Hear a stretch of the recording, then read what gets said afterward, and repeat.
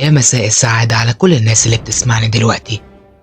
لو انت أول مرة تسمعني أتمنى إنك تنزل تعمل اشتراك في القناة، فعل الجرس عشان يوصلك كل جديد بينزل أول بأول. تجارب حقيقية مش مؤلفة. يلا بينا نخش فيها، بس قبل ما يلا بينا أكيد إنك عامل اشتراك في القناة، ده بيحفزني وبيساعدني جدا إني أكمل. يلا بينا. هكمل كلام عن ناس اتعاملوا مع الجن بشكل أو بآخر.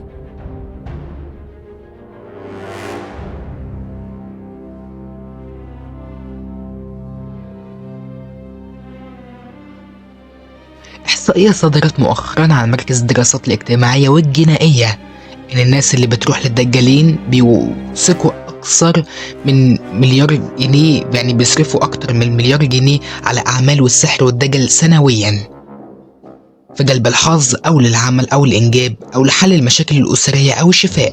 وأشار المركز مركز تاني بنقول الدراسات الاجتماعية والجنائية إن 50% من النساء المصريات مؤمنين بقدرة السحر على حل المشكلات الزوجية.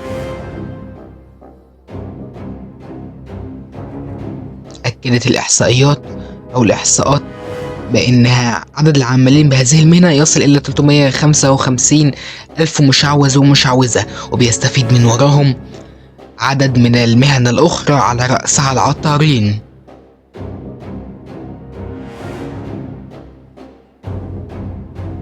ألف عين من مصر بتحكي وبتقول اتنقلت لشقة جديدة، وفي يوم سمعت صوت عياط من الشباك عندي.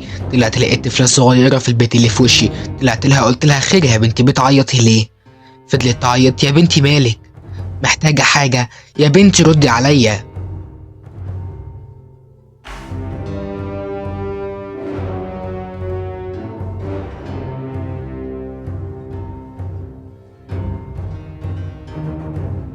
قالت لي عاوزة حد يفتح لي الباب.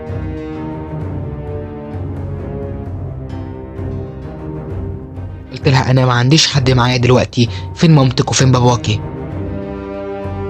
في اللحظة دي ابني عيط فدخلت اشوفه، سكته وشلته على كتفي ورجعت للبنت ما لقيتهاش، ولا لقيت ليها اي اثر ولا في صوت تاني ظهر.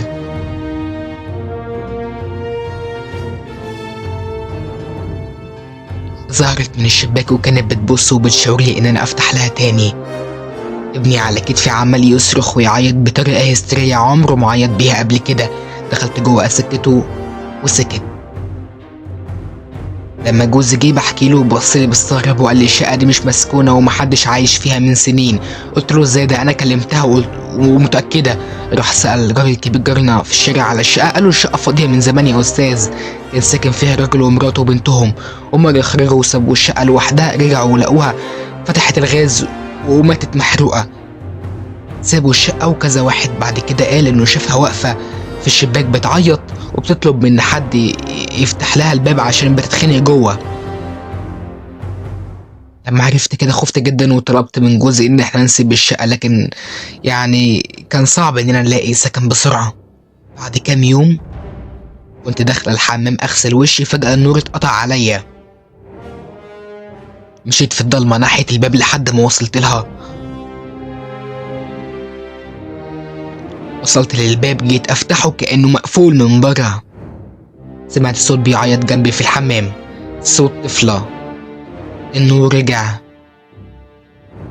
لقيت البنت قاعدة على أرض الحمام وبترسم على الأرض بحاجة في إيديها زي الطين أو تراب، أشكال غريبة. وكان معاها عروسة صغيرة.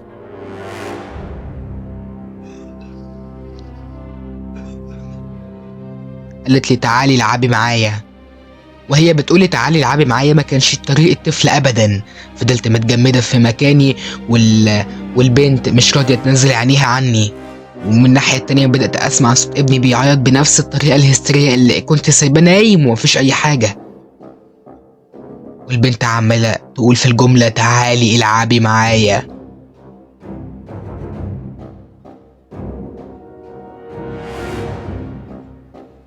في اللحظة دي باب الحمام اتقفل عليا معاها جوه.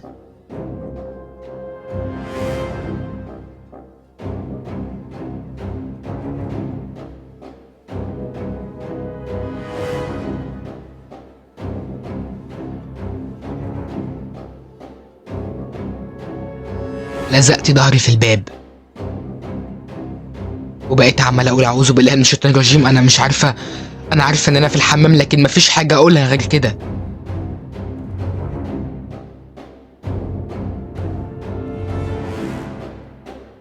باب الحمام اتفتح لوحده. جريت على اوضه ابني علشان اشيله واهرب بيه. لقيته وقع على الارض وبيعيط، ولقيت نايم مكان العروسه اللي كانت البنت بتلعب بيها. البنت اختفت لكن العروسه فضلت موجوده. جبنا الشيخ البيت، قرا كتير لكنه قال العروسه دي لازم تتحرق.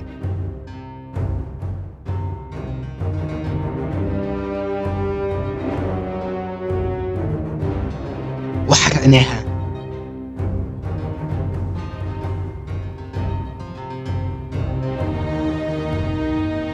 يومها بالليل الشقة كلها اتحرقت.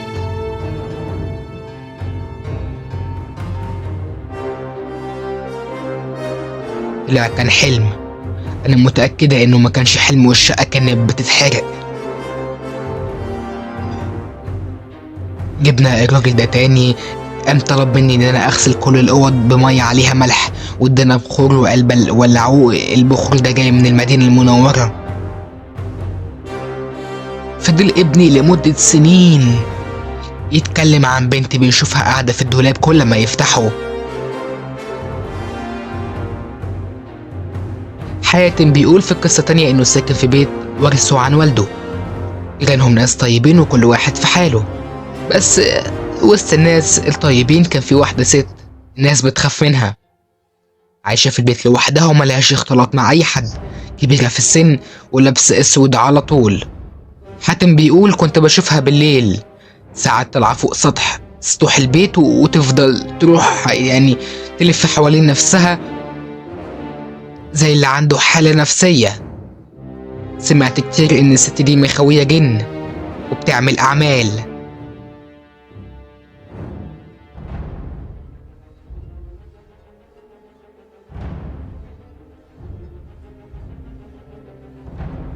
وفي يوم الساعة 11 بالليل شافها ماسكة جروف ونازلة من البيت وماشية في الشارع. حاتم بيقول فضولي قتلني، مشيت وراها ووصلت للمقابر ووقفت جنب تربة وفضلت تحفر، وحطت في الحفر حاجة ملفوفة بحتة قماش.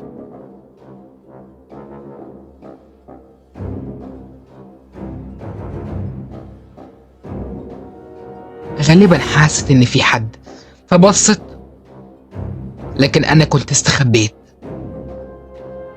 استنيت لما مشيت وبعدين رحت اشوف هي دفنت ايه. حفرت في نفس المكان، طلعت القماشة.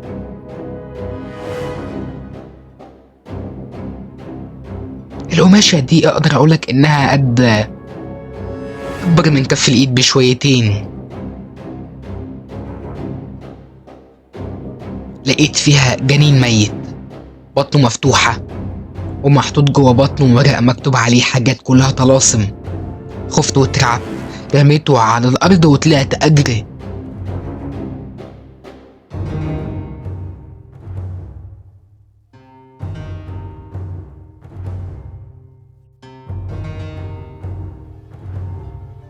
حكيت لوالدي، قررت أحكي له اللي حصل. كانت ليلة سودة. دخلت الأوضة، حسيت إن في حد معايا في الأوضة. عايز أقوم من على السرير مش قادر، حاسس إن أنا اتشليت. لقيت خيال أسود. فضلت أقول بسم الله الرحمن الرحيم، أعوذ بكلمات الله التامة من شر ما خلق.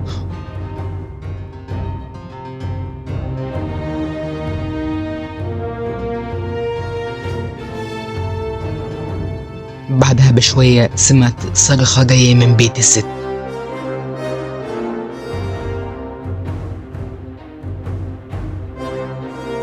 بعد مدة مبقاش حد يسمع ويشوف الست دي تاني. ونسينا. لكن اللي حصل لي يعني في ناس قالت ان في ريحة وحشة طالعة من بيتها، راحوا يخبطوا،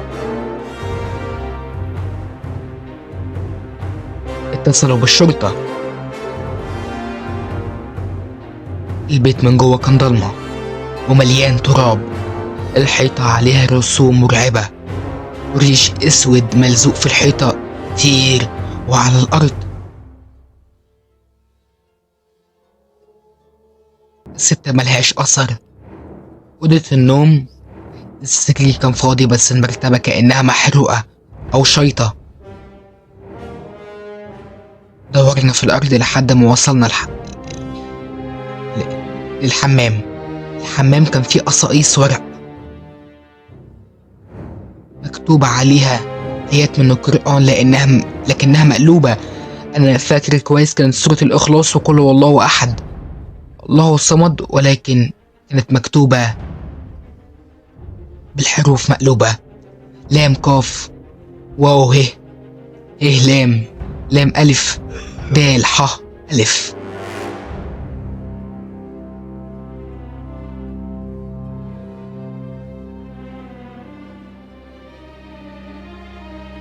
لقينا في الحمام حيطة مكسورة ونص الست جوه الحيطة ونص التاني بره.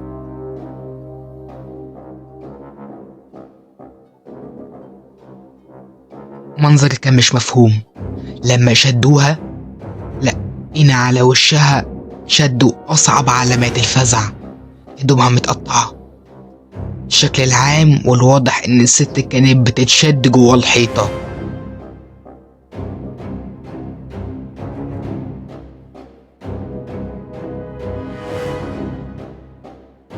واحد من الواقفين قال: هو انت اسمك حاتم؟ قلت له اه. قال لي ده في ورق كتير مكتوب عليه اسمك.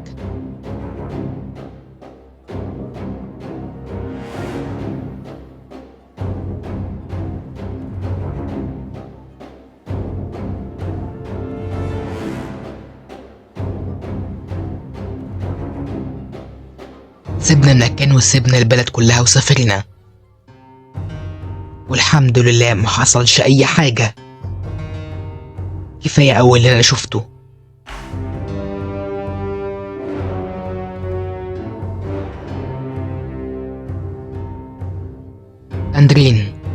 اندرين وبيحكي وبيقول: كنت شغال في العلمين والسكن بتاعي انا وتلاتة معايا في الصحراء.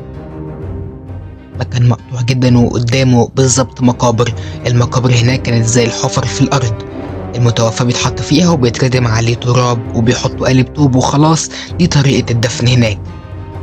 المهم الحتة دي كان فيها قوالب طوب كتير. انا وصحابي ما كناش فاكرين او مش فاهمين ان دي مقابر في الاول، كنا فاكرينها طريق ودي علامات للطريق وكنا بنعدي منها كتير قوي. في يوم كنت سهران انا وواحد معايا وبنسمع ماتش وبعدين رحنا السكن. كانت الساعة واحدة الصبح يعني. كان في راجل واقف في وسط المكان او المقابر اللي ما كناش نعرف ان هي مقابر. تمثال لا بيتحرك ولا بينطق. بعدها اتحرك حركة غريبة شوية، كان في كومة طوب اختفى وراها. وقلنا ملناش دعوة، واحد مجنون يعني. رحنا السكن لأننا كنا تعبانين وعاوزين ننام. الحقيقة كان كل واحد فينا خايف ومش عاوز يفتح الموضوع مع التاني. واحنا قاعدين ومشغلين المروحة، النور كله فصل، لكن المروحة فضلت شغالة.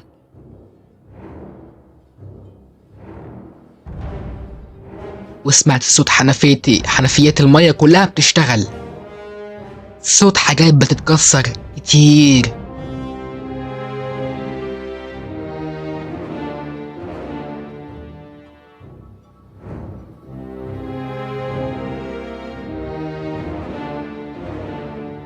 احنا الاتنين قاعدين زي الخرس خايفين نتكلم، لحد ما سمعنا حد بيتحرك في الأوضة. عارف صوت رجلين لما تبقى ماشي في الأوضة حافي، أو أنت في الأوضة في حد ماشي جنبك، ماشي حافي جنبك. صاحبي اتكلم وقال لي هو أنت اتحركت؟ عايز أقول له لأ، وخايف، خايف أقول الموضوع يزيد ويحصل كارثة.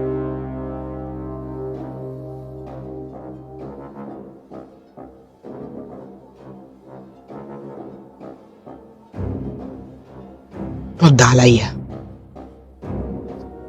انت اللي ماشي ولا مين؟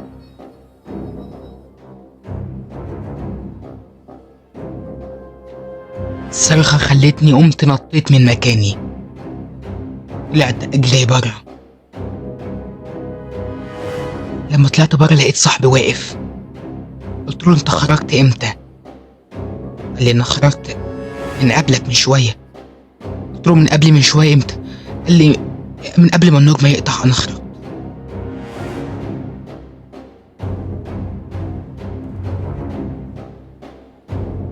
بعدها لقيت صاحبي طالع من الأوضة.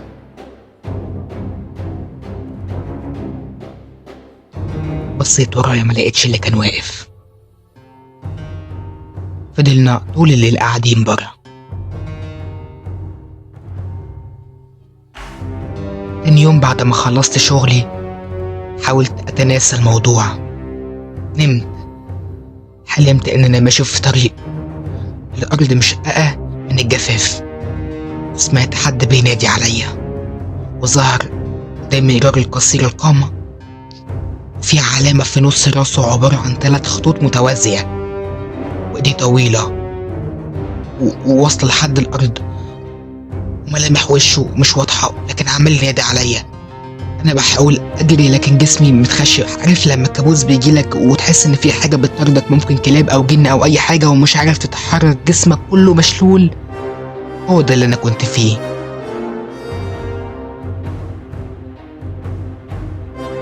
فضل يقرب مني.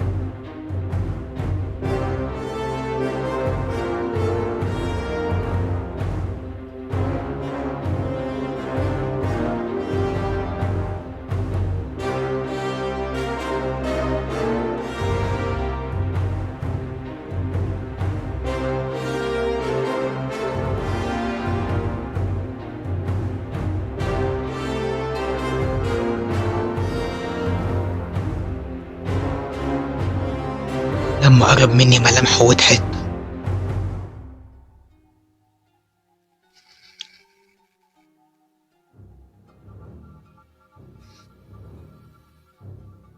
صوت غريب، فتح بقه وسمعت الصوت ده.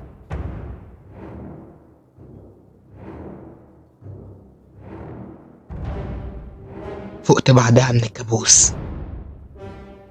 تالت يوم كنا معديين من الطريق بالليل، بدأ بيتحدف علينا، وسمعت حد بيهمس في ودني، ما تمشيش من هنا تاني.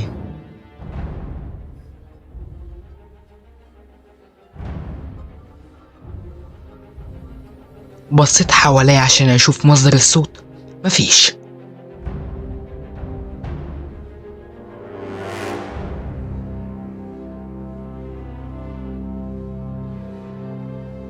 طلعنا نجري، شوفنا راجل عجوز شاف منظرنا قال لنا في ايه.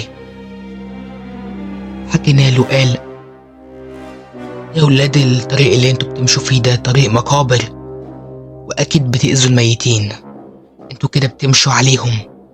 انت ما تعرفش ان انت لما تركن على قبر او تقف على شاهد او تسند حتى على القبر انك كده بتأذيه، بتأذي الميت.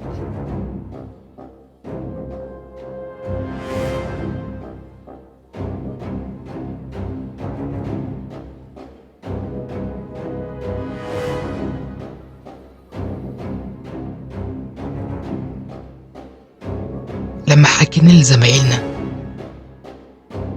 كان في 3 قدام، قالوا رد مع بعض: احنا ما كناش نعرف فعلا ان هي يعني مقابر، لان مفيش حد يقول لنا راجل عجوز مين اللي انتوا شفتوه. اختفى، ملوش اثر.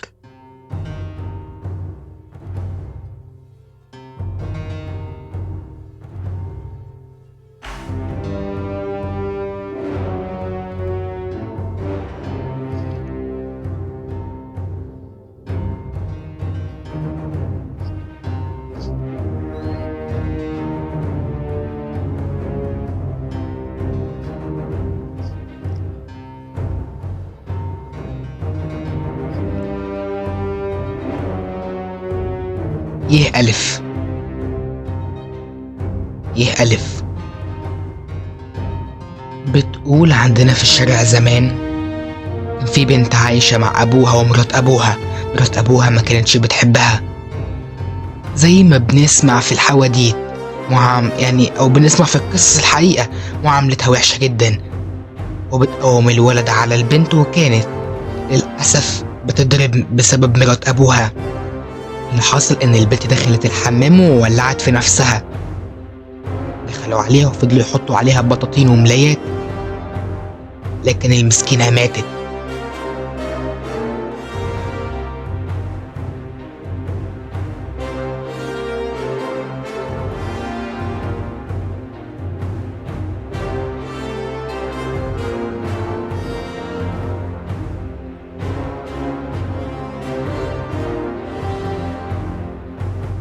بعد موت البنت بفترة،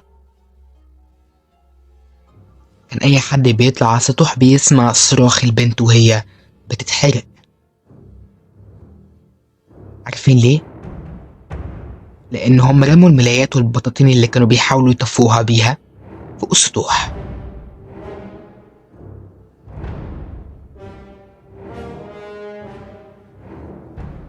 مرات أبوها خدت البطاطين وهدوم البنت ورمتها في الشارع، وانتهى الجحود. ايه بتقول انا كنت معدية فقلت اخد الهدوم واديها لأي حد محتاج، صدقة على روحها. يومها بالليل لما دخلت انام سمعت اصوات غريبة جاية من تحت شباك اوضتي. بقى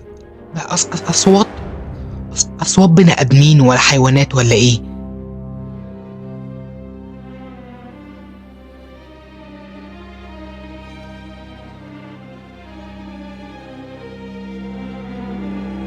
فتحت الشباك وبصيت، كان في حد واقف. قفلت الشباك من الخوف ورجعت الحمام انام.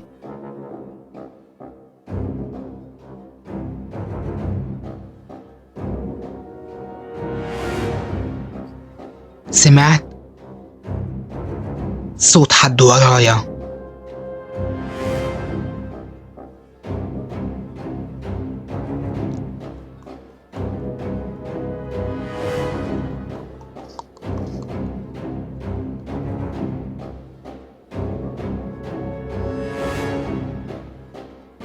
فضلت اصرخ وانادي على ماما. اول ما دخلت قلت لها نامي جنبي.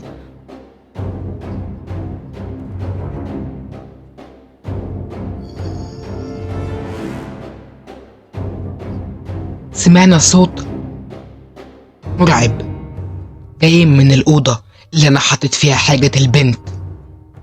مش أنا لوحدي اللي سمعته، كلنا سمعناه. بابا لم الهدوم ونزل حطها على باب الشقة. مجرد ما بابا دخل سمعت حاجة وخبط على باب البيت جامد. فتح الباب 3 أو 4 مرات، وكل ما يفتح ما يلاقيش حد.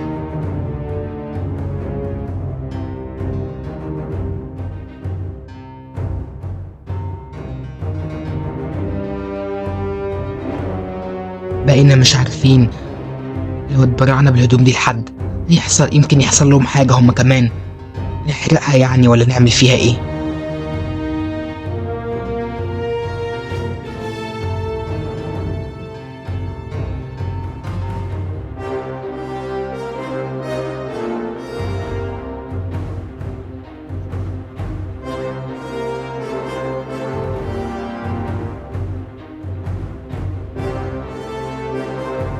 بعد يومين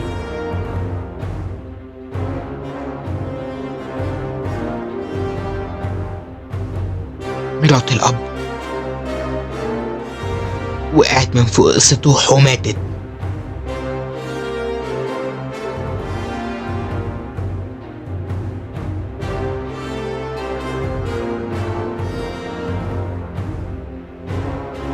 وبعد سنين عرفت إن بابا راح عندهم وطلع فوق السطوح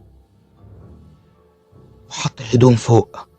معرفش ازاي طلع، لكن أمي اللي قالت لي الموضوع ده. قالت لي هو قال إن هي لازم اللي تدفع التمن.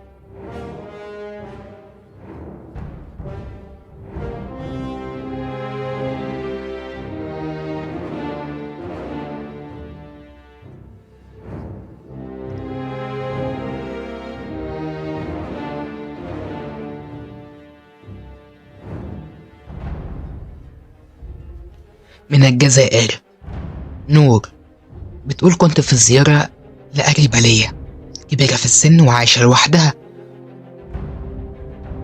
بعد ما قعدت معاها شوية طلبت مني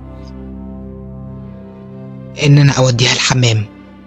بتقول وصلتها فعلا الحمام، لكن أول ما دخلنا الست الكبيرة بدأت تتشنج ووقعت على الأرض وبدأ يخرج من بقها رغوة بيضة وعينها اتقلبت لورا وخرجت لبره. ناديت على جيران اللي جم بسرعة، لكنها ماتت. لقيت الجيران كلهم بيبصوا بصة كلها ذعر. مش كلهم لكن معظمهم الحقيقة. ما كنتش فاهمة ليه، لكن اللي اتقال لي اللي بيموت في الحمام بسبب ان جارينه بيتعذب. ما صدقتش الكلام ده واعتبرته تخاريف، يعني زي اي تخريف في مجتمعنا يعني.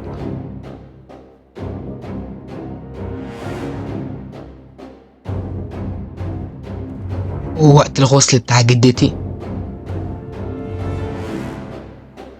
اللي هي قريبتي حضرته.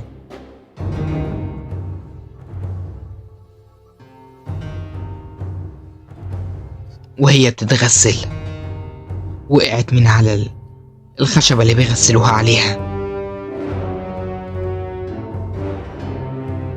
شلناها بسرعة وحطيناها تاني، وبدأت المغسلة تكمل غسل ووقعت تاني. المغسلة بدأت تتوتر وتقول أعوذ بالله من الشيطان الرجيم، أعوذ بالله من الشيطان الرجيم. لاحظت إن الست قريبتي وشها منفوخ، وفي حاجة زي شريان أو حاجة في وشها أسود ظهر حالا.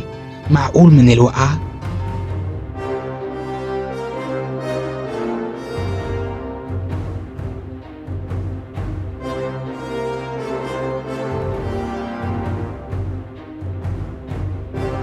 المغسلة بتكمل الغسل، لكن أنا حاسة إن قريبتي بتتحرك. أيوة،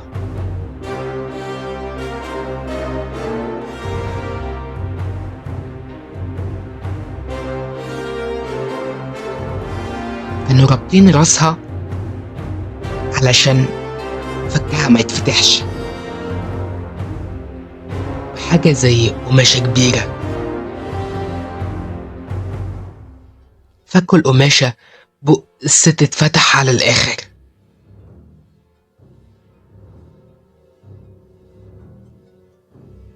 لمحت حاجة زي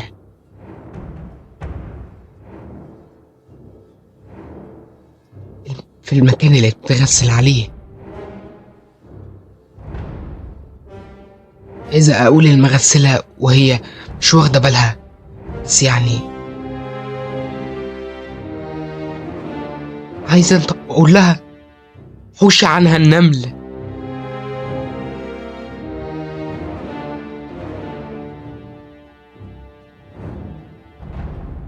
لما بدأت تصب عليها المية. النمل جري. المغسلة جابت الكفن الأبيض وبدأت تلفها فيه، ودتني المية بتاعت الغسل وقالت لي فضي المية.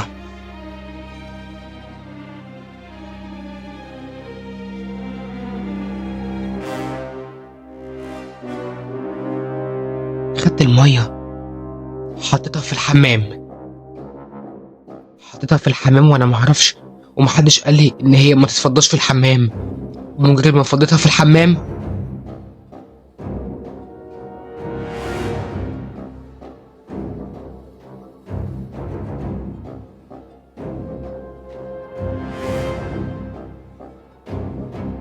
صرخة معرفش مصدرها ايه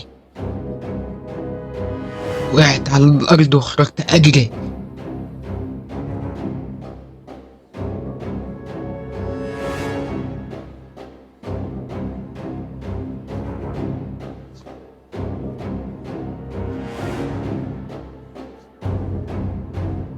واتدفنت.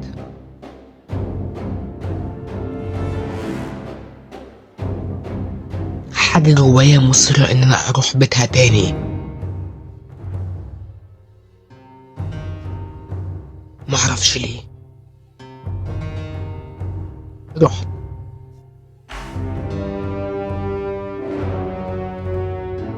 لقيت أوضة النوم بتاعتها منورة.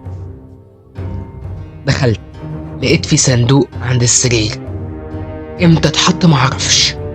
فتحت الصندوق لقيت قطعة من قماش قديم متقطعة على شكل عرايس صغيرة ومغروس فيها إبر ومسامير حديد.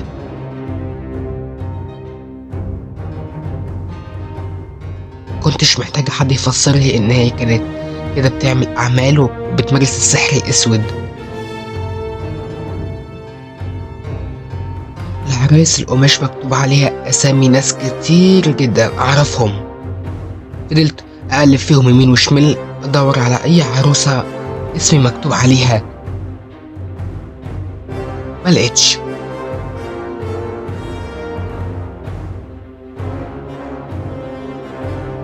لكني سمعتها بتنادي عليا. خرجت أجري من البيت، دخلت أوضتي،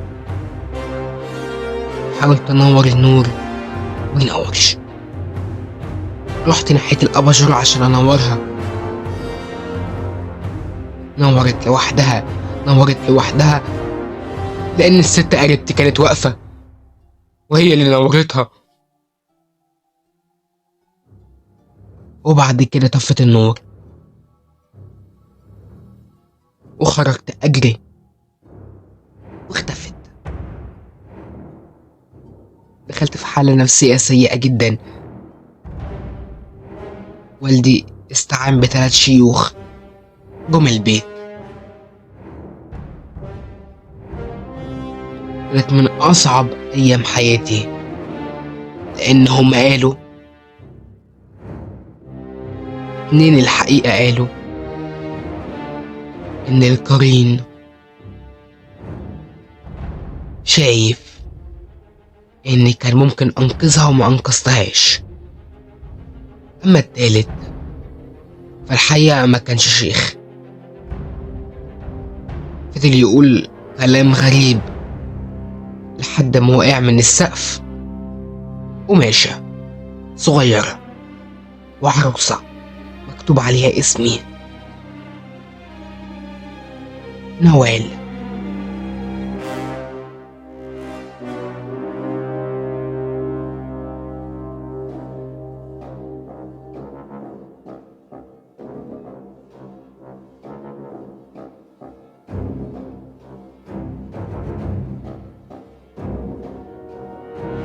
عين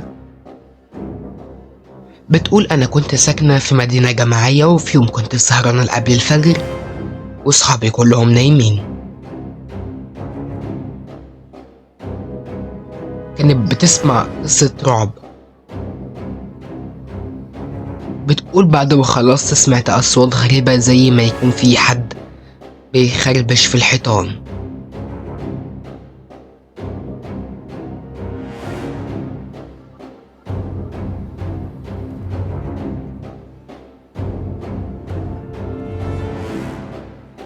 بعدها سمعت صوت كلب، صوته عالي جاي من البلكونة اللي بابها مقفول.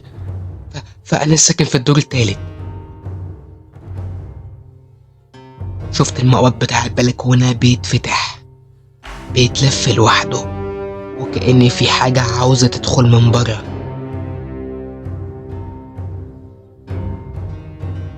مديت ايدي بسرعة على التليفون وفتحت. انا فاكرة كويس، كان الساوند كلاود وشغلت قرآن.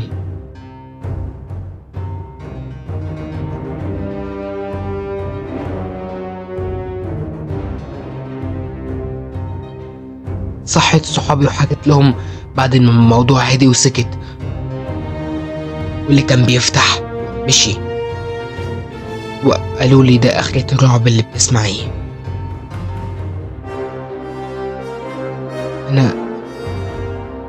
أنا بحكي اللي حصل بالظبط.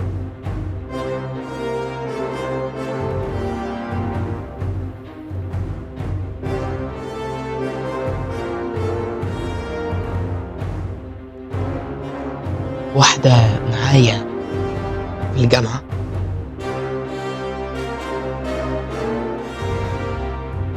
قالت لي مش يمكن ده جاسوم؟ قلت لها بس انا اللي عرفته وسمعته يعني انه بيفتحش ابواب اوض. قالت لي اللي انا عارفاه بقى ان هو من انواع الجن الخبيث، بيقول لي اذكر النوم واذكر المساء.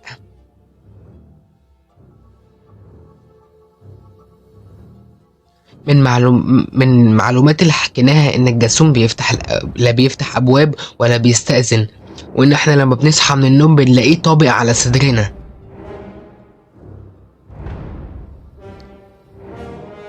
فانا ما عملتش حاجة من اللي هي قالته.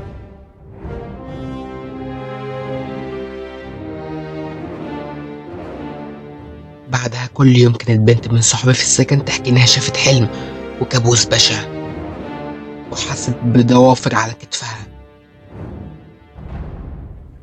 بدأت أتأكد إن في حاجة غريبة في الأوضة دي تحديدا.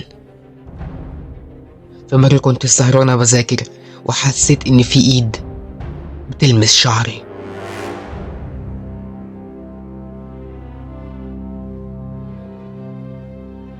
مرة غيرها كنت بذاكر، وفي الكتاب اللي بذاكر فيه لقيت نقط سودا بتقع من السقف في الكتاب. في اللحظة دي بقى أنا فكرت يعني الأفلام الأجنبية اللي أنا بتفرج عليها بتاعت الرعب.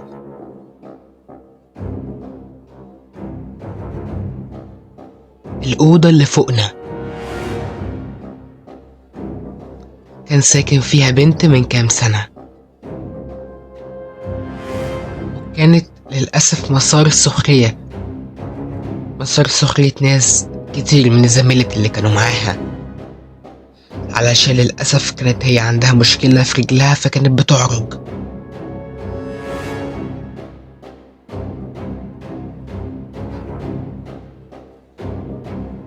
البنت انتحرت.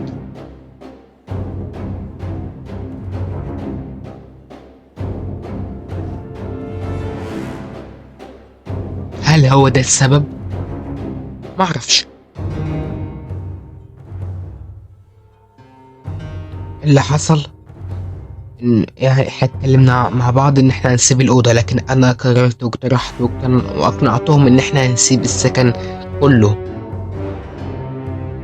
واحدة اقترحت ان احنا نطلع على الأوضة المقفولة اللي فوق، رفضت وخليتهم يغيروا رأيهم، يفكروا يعني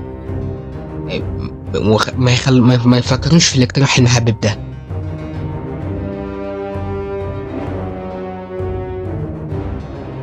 خلوا بالكم من كلامكم أرجوكم، الكلمة اللي بتخرج ما بترجعش، والبنت اللي ماتت واللي يمكن ده كان عفريتها ولا الله أعلم ده كان إيه، بغض النظر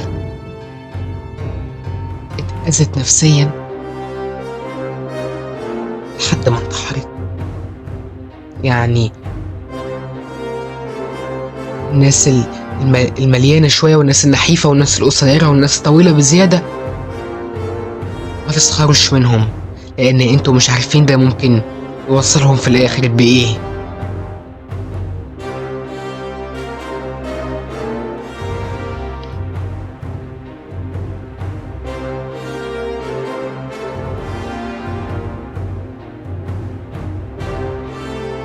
أنا نون ميم، عمري 29 سنة، من القاهرة. لما كان سني 13 سنة كنت دايما بحلم إني قاعدة في شقتنا ومعايا بابا وماما، والباب بتاع الشقة عمال يخبط جامد ومحدش راضي يقوم يفتح الباب، وافضل اقول لهم افتحوا الباب افتحوا الباب، يبصولي وما يتكلموش خالص. بعدها الباب يتفتح لوحده ويدخل لي راجل شكله وحش جدا وملامحه مخيفة، ويمشي جوه الشقة ويقرب مني، وابدأ اصرخ. بابا واخويا قاعدين ساكتين ما بيحاولوش يبعدوا عني حتى. يخلص الحلم ان انا بصحى مفزوعة وافضل اعيط. حكيت لبابا وقال لي ان ده كابوس رغم تكراره كتير.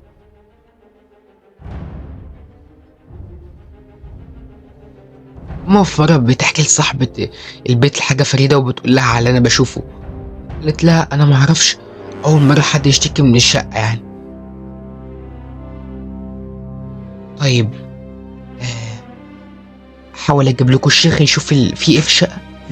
بعد يومين بالظبط من الساعة 11 بالليل وجه الشيخ ده بعد كده بقى يظهر في الفضائيات في برنامج مشهور جدا، مش هينفع اقول اسمه، لكنه ظهر وكان دايما يظهر في برنامج متخصص في الحاجات دي. جه متأخر ليه؟ علشان لو هيصرف حاجة او هيحضر حاجة الناس تكون نايمة.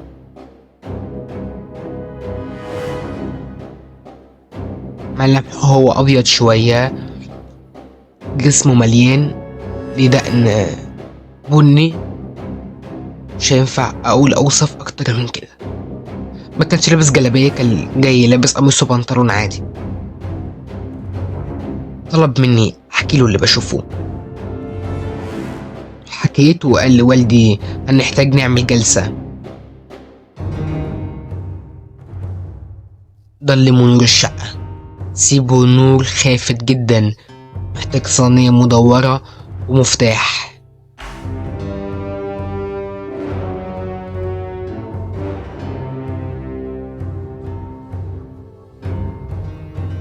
جبنا له كل اللي طلبه وجهزنا المكان، والشيخ طلع قلم ورسم مربع وجواه مربعات صغيرة فيها حروف وأرقام مش قادر أحددها. وبعدين دخل الأوضة بتاعتي وقال لي لما الباب يخبط تدخلي مع أخوكي ومع والدك. دخلت، وبعد 10 دقايق تقريبا سمعنا خبط على باب الأوضة.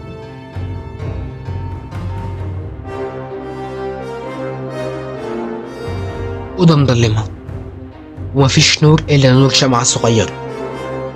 الشيخ كان قاعد على الكنبة والصينية قدامه فيها المفتاح، فضل يقول كلام مش مفهوم، لكن اللي كان بيحصل إن المفتاح كان بيتحرك في الصينية، والصينية نفسها بدأت تتحرك بسرعة وبعنف لحد ما طارت واترمت قدام رجليا.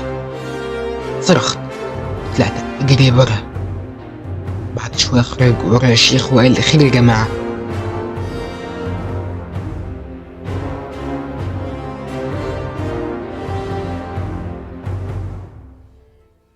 انت أذيتي الحد لأنك فتحتي مية سخنة في الحمام كتير، واللي اتأذى جن، والمس ده كان من الجن، بس ما حصلش المس للآخر. طلع الشيخ ورقة من جيبه ملفوفة زي الحجاب وحواليها خيط اسود مليان عقد واداها لماما وقال لها حطها 3 ليالي تحت المخدة بتاعتي اللي بنام عليها.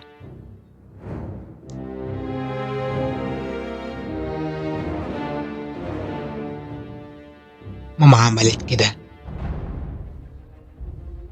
فضلت ال3 أيام الحقيقة ما اشوفش اي حاجة وما حسش باي حاجة،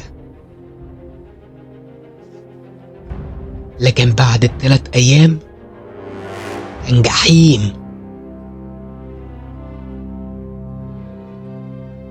كنت كل ما مكان اروحه اسمع ناس بتنادي عليا وبتنادي عليا بشكل مرعب، لحد ما قالوا ان انا اتجننت ودوني لدكتور نفسي وفضلت اتعالج سنين وخفيت. يعني هل البيت كان مسكون، ولا هل الراجل ده نصاب ودجال، ولا حقيقة، ولا ده كان مرض نفسي؟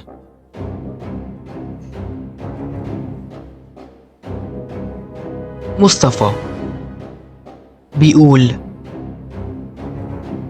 طول عمري بحب أقرأ عن الجن، اشتريت كتب من على الرصيفة كتير عن الجن والتحضير والسحر. عندي إحساس إن الجن بيخاف منا زي ما احنا بنخاف منه. معرفش الإحساس ده جايلي منين، لكن حاسس كده إن احنا مدينه هالة أكبر من حجمه، ولكن هو في الحقيقة بيخاف. أنا عايش في قرية ريفية من قرى مصر، الحياة خفيفة وهادية جدا.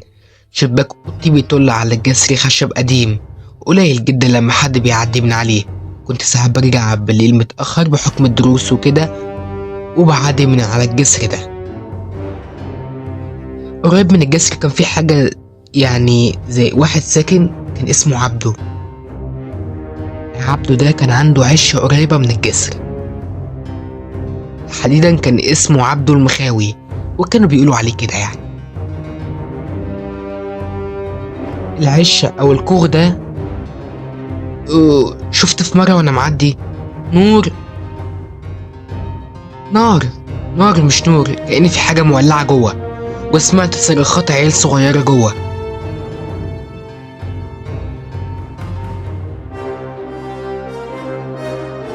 جريت على والدي أقول له، قال لي مش عيب، مش كبرنا على إننا نخاف من الضلمة والجن والحاجات ديت. مرة تانية كنت معدي لقيت جنب العشة بتاعته هو، وكان معاه عيدان ناشفة وعمال يربطها في بعضها بخيط. كان لافت نظري وأنا كنت مهتم بيه قوي.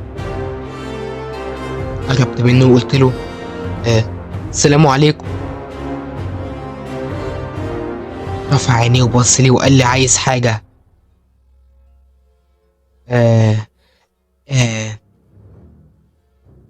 أنا عايز أعمل عمل لواحد معايا في المدرسة.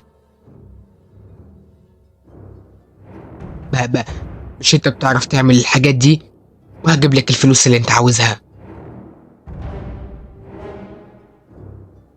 هات لي قطر، منديل أو فانيلا أو أي حاجة بيلبسها. طبعا أنا اللي عايز أعمل أي عمل ولا عايز أعمل أي بتاع، بس تاني يوم خدت منديل بتاع واحد صاحبي من غير ما يعرف ورحت له واديته له. قال لي تعالى معايا. مشيت معاه ورحنا لآخر الشارع في التراب. التراب عندنا يعني التربة متقسمة لطرق وشوارع كده مناسبة يعني. ووصلنا عند تربة مفتوح ولقيته بيطلع كيس اسود جوا قطة ميتة سودا، حط فيها المنديل بتاع صاحبي، ربطه 3 عقد وبعد كده ربطه على القطة، وبص لي وهو مبتسم. قال لي كده هو اتعمل له 3 أعمال. لو عرف يفك واحدة مش هيفك التانية والتالتة، وحتى لو عرف يفك التانية انسى انه يفك التالتة.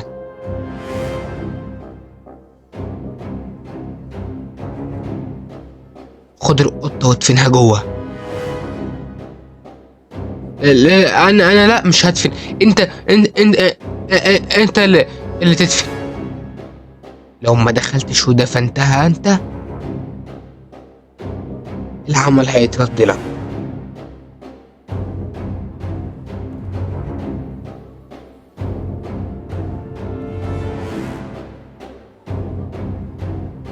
انا مش عايز ادخل جوه.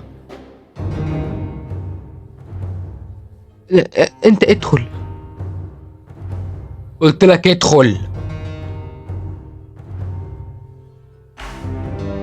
دخلت التربة.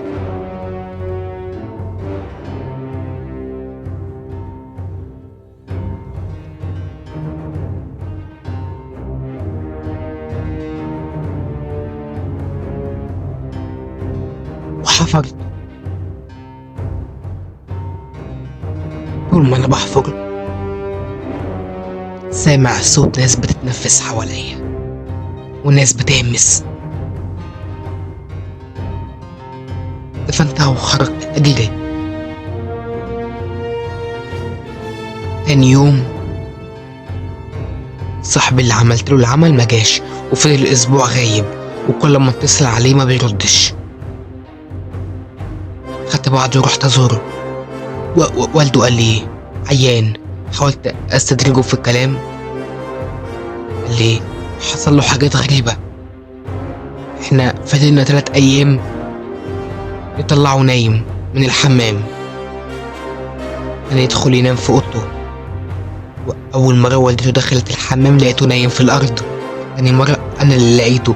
تالت مرة انا نمت جنبه في السرير. صحيت لقيته مش جنبي في الحمام. جبنا له يا ابن الشيوخ عشان يفكوا اللي عليه لكن معرفوش. مشيت وانا مصدوم. انا السبب.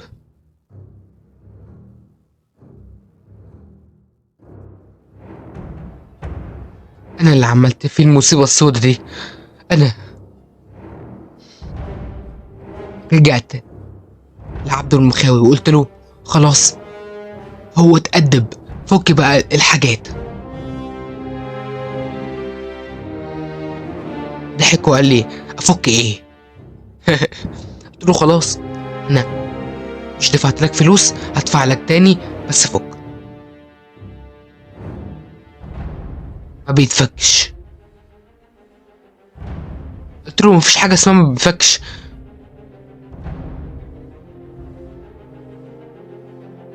لازم في حل.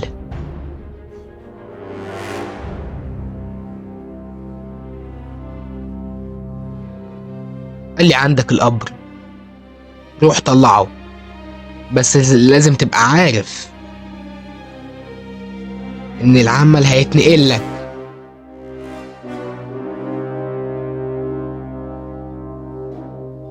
مشيت. بعد كام يوم مات. مش صاحبي عبد المخاوي مات.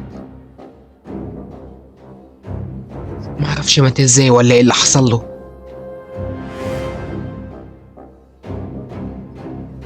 مات في العشة بتاعته. وبمجرد ما مات صاحبي بدأ يتحسن. انت عارف ان الجثة بتاعته الناس ما رضيوش يدفنوها في البلد ولا في التربة بتاعتنا.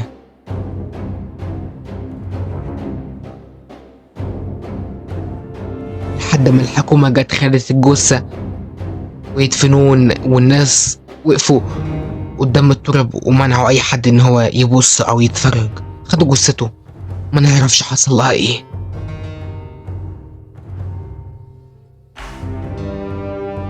انا محكتش لصاحبي لحد دلوقتي اللي انا عملته فيه.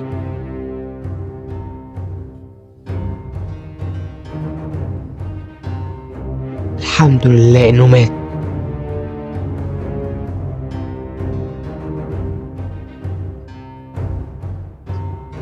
سين ميم بتقول: أنا كنت شاهدة على موقف حصل مع واحدة قريبتي، كانت دكتورة جامعية، كانت مسافرة في رحلة دراسية تبع الكلية للأبحاث، وكان معاها طلبة ولاد وبنات.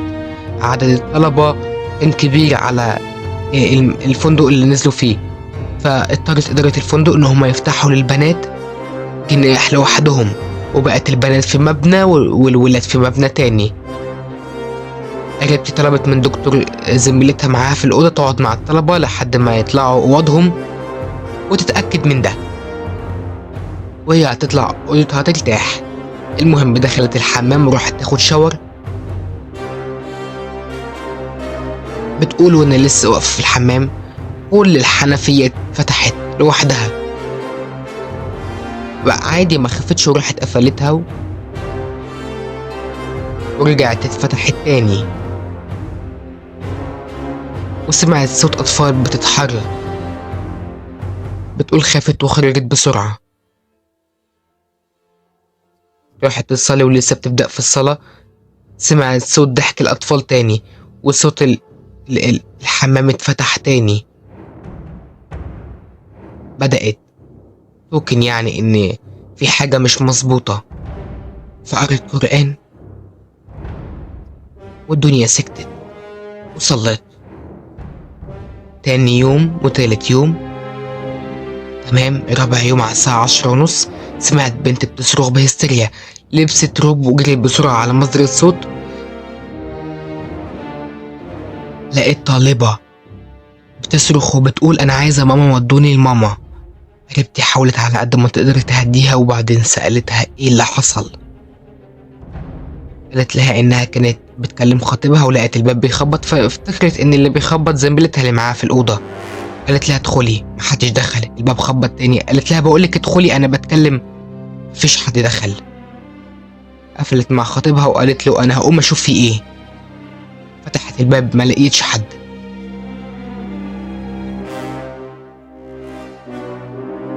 بتلف وبتبص وراها على الشباك اللي كان وراها، لقيت ايدين وصوابع طويلة بتطلع من الشباك وعاوزة تدخل. قريبتي لما سمعت الكلام ده قامت وراحت فتحت الشباك تشوف اذا كان في ممكن حد يكون عامل فيها مقلب او حاجة. لقيت ان ورا الشباك نخل طويل جدا. هل حد طلع عليه؟ بس صعب ان كان حد يتسلق ومش سهل. اللي حصل ان البنات بدأت كل واحدة تحكي منهم عن موقف غريب من ساعة ما جم الفندق. واحدة منهم حكت انها طلعت الهدوم على السرير وبعدين رصتها ونزلت وطلعت لقت الهدوم على السرير التاني بتاع زميلتها، وبعد كده شافت خيال شخص واحد طويل جدا واقف قدام الشباك. قريبتي طلبت من البنات ان هم يتجمعوا في اوضه واحده، وبعدين فرشوا كلهم على الارض وناموا. طول الليل فضلوا يسمعوا صوت ضحك الاطفال وصوت ناس بتجري. لما طلع النهار جمعوا شنطهم وسافروا كلهم.